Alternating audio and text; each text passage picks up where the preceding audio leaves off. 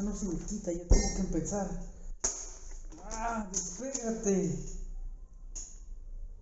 Deme un minuto.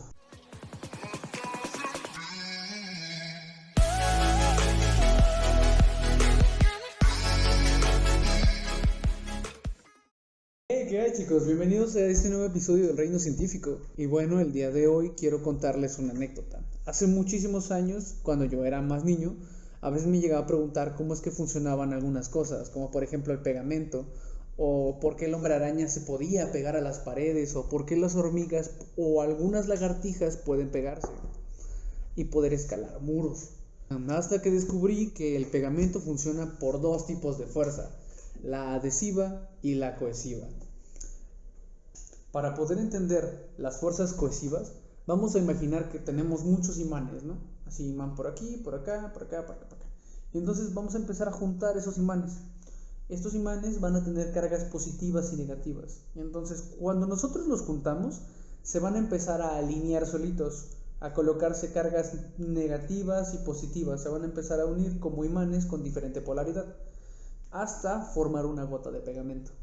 Entonces, nosotros al momento de querer dividirlos, la fuerza que interactúan entre estos imanes para poder dividirse y formar, en lugar de tener una gotita de pegamento, queremos formar dos, van a presentar una cierta resistencia a la división de la gotita de pegamento para formar dos gotitas. Esto lo podemos entender mejor con un ejemplo bastante sencillo.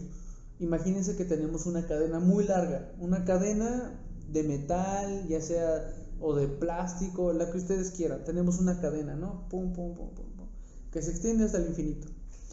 La fuerza cohesiva es similar a cuando nosotros queremos romper esa cadena en dos partes. En lugar de tener una cadena de 1 metro, tenemos dos cadenas de 50 centímetros. Entonces, las fuerzas cohesivas simplemente son esa fuerza de oposición a la división, en pocas palabras. Pero tenemos cadenas fuertes y cadenas débiles. Por ejemplo, podemos tener un super pegamento como el Resistol 5000, que es un pegamento muy fuerte, o pegamento industrial, que es muy fuerte, o podemos tener un pegamento con una fuerza cohesiva muy débil, como lo es pues el Resistol, ¿no? Que es a base de agua. Y ahora vienen los adhesivos. Bueno, los adhesivos los podemos entender como la habilidad de formar nuevos enlaces con materiales o moléculas diferentes. Por ejemplo, nosotros tenemos un imán y nosotros tenemos un pedazo de metal. Por ejemplo, lo vamos a querer pegar a un refri, a una lámina, lo que sea. O sea, este imán, estamos de acuerdo que si nosotros lo pegamos a un pedazo de metal, este se va a adherir porque tienen cierta afinidad, ¿no? O sea, hay cierta compatibilidad. Pero ¿qué es lo que pasa si tú quieres poner un imán en un pedazo de madera? Este no va a pegar, obviamente. Entonces, lo mismo pasa con los pegamentos. Los pegamentos tienen cierta afinidad a ciertos materiales, como por ejemplo, algo muy universal podría ser el cola loca. El cola loca es algo que todo el mundo conoce y que todo el mundo utiliza para pegar todo lo que encuentres a tu alrededor, básicamente. Pero la verdad es que el cola loca tiene afinidad con ciertos materiales, como por ejemplo vidrio, puede ser metal, piedras porosas, ya que como es un pegamento que reacciona con la humedad del aire, entonces nosotros al momento de pegarlo, se evapora muy rápido y hace que seque rápido. Pero no es compatible como por ejemplo con la suela de tus tenis, ya que está hecho para que sea una superficie rígida, para pegar una superficie rígida. Al contrario del Resistol 5000, el Resistol 5000 igual está hecho para superficies rígidas, como por ejemplo cosas de caucho, pegar lonas, vidrio incluso, o objetos de madera. Estas no son las únicas maneras que nosotros tenemos para poder pegar algo. Por ejemplo, tenemos uniones químicas, que por ejemplo es el pegamento, tenemos mecánicas, como por ejemplo tornillería, y tenemos térmicas, como por ejemplo la soldadura. Pero entonces, si nosotros tenemos fuerzas adhesivas y cohesivas, ¿por qué cuando nosotros queremos colocar un cople de PVC y un tubo de PVC, tenemos que lijarlos y limpiarlos? ¿Y por qué no hacemos el mismo procedimiento cuando nosotros queremos pegar una fotografía a un pedazo de papel? ¿Cuál es la diferencia entre uno y otro? Esto se debe hacer ya que el pegamento tiene que tener una superficie porosa e irregular para que pueda formar nuevos enlaces, o sea, para que se pueda adherir a ese nuevo material. Esto es muy claro cuando nosotros vamos a la playa. Nosotros cuando vamos caminando vamos dejando nuestras huellas en la arena, ¿no? Pero ¿qué es lo que pasa cuando llega el mar? El mar va a alzar nueva arena, va a rellenar esos huecos y lo va a volver a dejar liso otra vez, como si no hubiese pasado nada. Exactamente pasa lo mismo cuando estamos hablando del pegamento.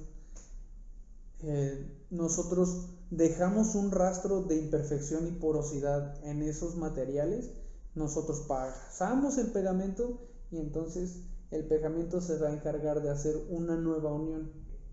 Entonces, si nosotros dejamos que el pegamento haga su chamba, pues va a durar muchísimo tiempo. Al contrario que cuando nosotros le colocamos pegamento a una superficie lisa o sin raspar. Esto lo podemos ver muy claramente en cubetas para pintura.